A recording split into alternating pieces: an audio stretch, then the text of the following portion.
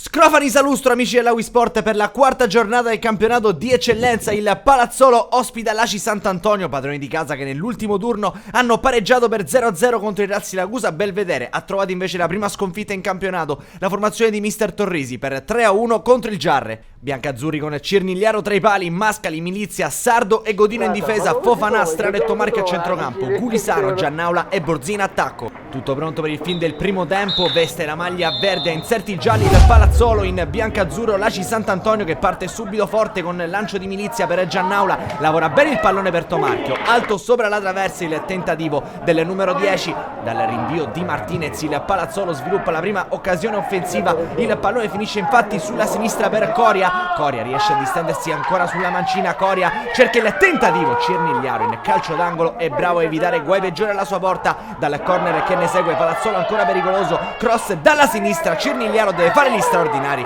su Martinez, a pochissimi passi dal gol dell'1-0 il Palazzolo. Al 34esimo si rivede l'Aci Sant'Antonio con Godino, la sua discesa per Tomarchio, pallone in verticale dove c'è Giannaula, ottima l'uscita di Martinez che dice di no al numero 9 di Mister Torrisi. Al 39esimo ancora pericoloso il Palazzolo e l'ultima occasione della frazione, Coria trova la respinta di Cirnigliaro, termina il primo tempo allo Scrofani Salustro, ancora 0-0 tra Palazzolo e Aci Sant'Antonio. Allora Mister Torrisi decide di cambiare tanto, ben 3 cambi tra primo e secondo tempo, fuori Mascali, Fofanà e Strano, dentro Sipala, Orofino e Pedrullo. Partiamo col film della ripresa. Al 68esimo il cross dalla sinistra, pesca in area di rigore, proprio il neoentrato Orofino, colpo di testa che però si perde sul fondo. Al 72esimo attacca ancora l'Aci Sant'Antonio, pallone per Giannaula che viene esteso così da Martinez per il direttore di gara. Ci sono gli estremi per il calcio di rigore, Aci Sant'Antonio che può dunque sfruttare la ghiotta occasione. Sul punto di battuta si presenta proprio lui, il bomber Giannaula, che non sbaglia. Martinez